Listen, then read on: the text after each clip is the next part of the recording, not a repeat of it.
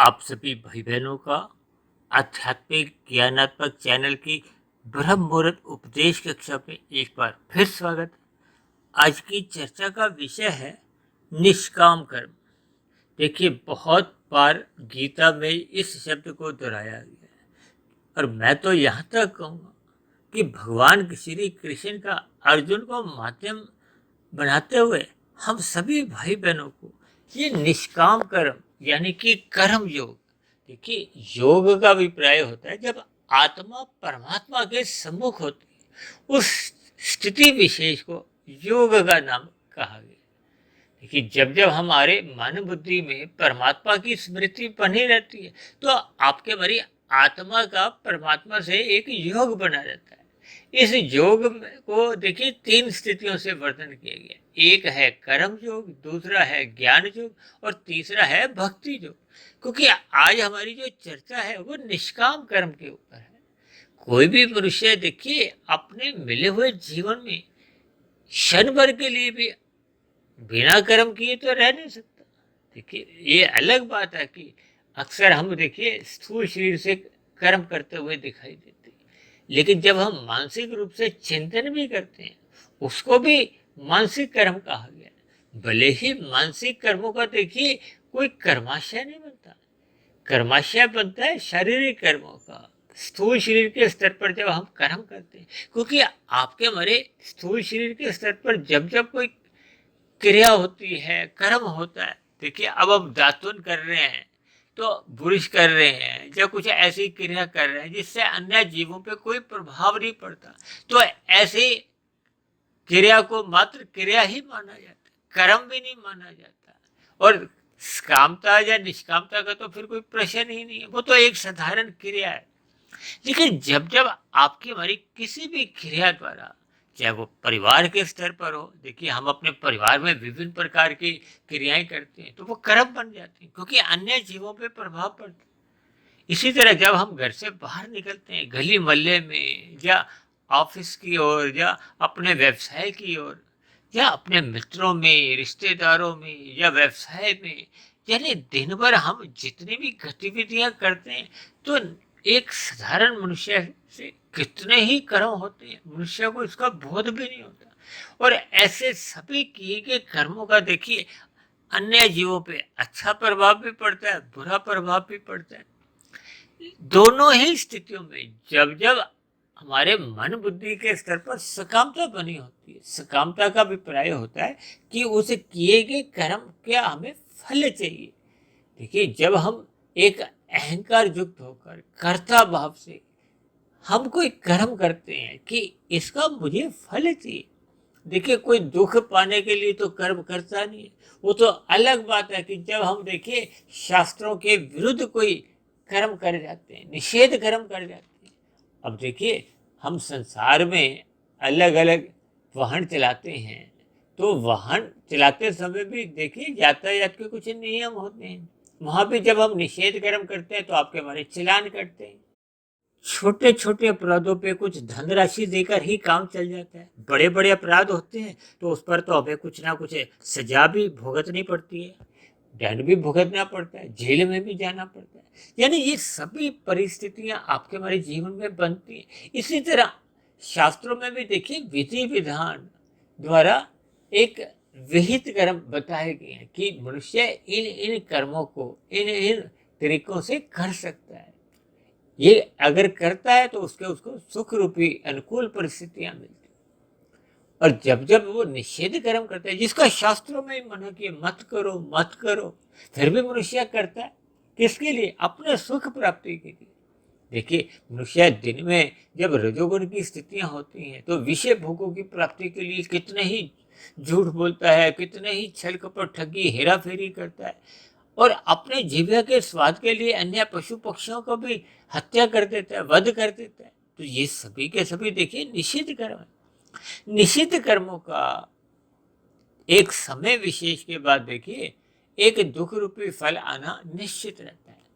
हालांकि गीता में ही भगवान श्री कृष्ण जी ने कहा है कि कर्म की बारीकियों को समझने में अच्छे अच्छे बुद्धिमान मनुष्य भी चकरा जाते हैं। हालांकि इस बात से भी इनकार नहीं किया जा सकता कि हम सभी भाई बहनों की स्थूल शरीर की कुछ आवश्यकताएं होती हैं। उन आवश्यकताओं की पूर्ति के लिए हमें पुरुषार्थ करना होता है। हालांकि शास्त्रों में तो ये भी कहा गया है कि आवश्यकताओं की पूर्ति करने के लिए भी मनुष्य जो जो पुरुषार्थ करता है उसको भी निष्कामता में ही ले लिया जाता है।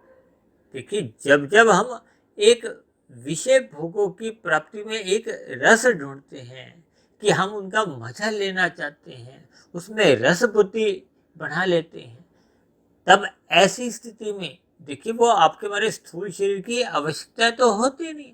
अब दाल रोटी का मिलना तो आपके हमारे स्थूल शरीर की आवश्यकता है। यदि मन में इच्छा आती है हमें मलाई कोफ्ता मिले, रायता मिले, पापड़ मिले, सलाद मिले, खीर मिले, यानी जब हम स्थूल शरीर की आवश्यकताओं से आखिर निकलते हुए भोग प्रेरित कुछ इच्छाएं बना लेते हैं, उन इच्छाओं की पूर्ति के लिए यदि मनुष्य रजोगुण में रहता हुआ कर्म सकाम भाव से भी करता है, तब भी उसको कोई देखिए पाप कर्म का कोई कर्माशय नहीं बनता। जब जब मनुष्य अपने सुख के लिए शास्त्र विरुद्ध कर्म कर जाता है, पाप कर्म कर जाता है, तमोगुण में गिर जाता है, अन्य जीवों को पीड़ा देता है, तो फिर उसका पाप कर्मों का कर्माशय बनता है। इसी तरह जब जब मनुष्य देखिए सत्वगुण में रह के अन्य मनुष्यों के पहले हितों का ध्यान रखता है, फिर उसके बदले में स्वयं भी सुख चाहता है, तो ऐसे सत्वगुणी जो एक पुण्य कर्म है ये विशेष प्रकार के होते हैं, इनके विशेष प्रकार के सुख मिलते हैं। लेकिन भगवान श्री कृष्ण ने गीता में निष्काम कर्म करने की प्रेरणा दी है कि हम सभी भाई बहनों को प्रकृति के सुखों में आसक्ति नहीं रखनी, यानी कि रस बुद्धि नहीं रखनी, केवल अपने नियत कर्मों को मात्र अपना कर्तव्य समझकर दूसरे सरल शब्दों में परमात्मा की सम्मुखता बढ़ाते हुए, देखिए दो शब्द आते हैं ना कर्म योग में। योग का अभिप्राय है कि आपका हमारा मन बुद्धि आत्मा परमात्मा की ओर सम्मुख बने रहे और प्रकृति के भले ही हम कार्य करेंगे, तब ऐसी स्थिति में आपका हमारा कारण शरीर में किसी भी प्रकार का कोई कर्माशय नहीं बनता, क्योंकि मनुष्य देखिए निष्काम भाव से कर्म कर रहा है, इसलिए इन सब किए गए कर्मों के भी शुभ संस्कार ही बनते हैं, ज्ञान पूर्वक संस्कार बनते हैं। जैसे जैसे आपके हमारे कारण शरीर में भोग प्रेरित वासनाओं के जो संस्कार हैं वो समाप्त होने लगते हैं, अज्ञानता समाप्त होने लगती है, यानी कि आत्मा अपने मूल स्वरूप में लौटने लगती है, क्योंकि आत्मा के ऊपर देखिए इन तीन शरीरों के ही आवरण होते हैं। कारण शरीर में जिस जिस गुण विशेष के संस्कार अधिक होते हैं, क्योंकि हम तमोगुण में रहते हुए कर्म करते हैं, रजोगुण में रहते हुए या सत्वगुण में रहते हुए कर्म करते हैं। अब तमोगुण में रहते हुए किए गए कर्म जो काम भाव से होते हैं उनका तो देखिए बुरा संस्कार ही बनते हैं। रजोगुण में रहते हुए भी कोई अच्छे संस्कार नहीं बनते, क्योंकि रजोगुण में रहते रहते कब मनुष्य तमोगुण में गिर जाता है मनुष्य को बोध नहीं होता।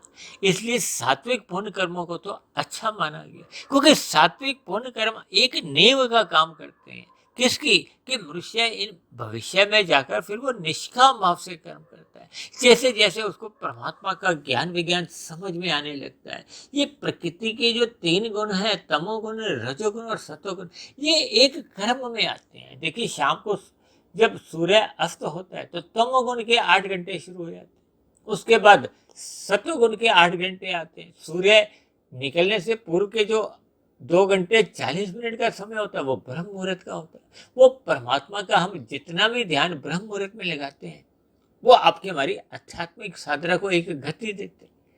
देखिए जब जब मनुष्य ब्रह्म मुहूर्त का अधिक संग करता है, परमात्मा से अपनी सम्मुखता बढ़ाने लगता है, तब ऐसी स्थिति में सहज ही उसको प्रकृति के विषय भोग अच्छे नहीं लगते। तब ऐसी स्थिति में वो अपने कर्तव्य कर्मों को निष्काम भाव से करता है।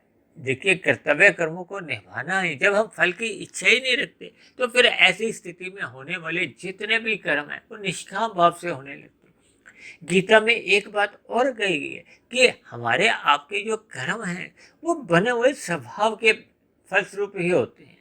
जैसा जैसा आपका हमारा स्वभाव होता है, स्वभाव का मतलब संस्कारों से ही है। मैंने बताया ना, जिस गुण विशेष का हम अधिग्रहण करते हैं। यदि हम ब्रह्म मुहूर्त में उठते हैं, परमात्मा का ध्यान लगाते हैं, अपना रजोगुण मर्यादा में रखते हैं, तब ऐसी स्थिति में मनुष्य का तमोगुण में गिरने का तो प्रश्न ही नहीं उठता। तब ऐसी स्थिति में शुभ संस्कार बनते हैं।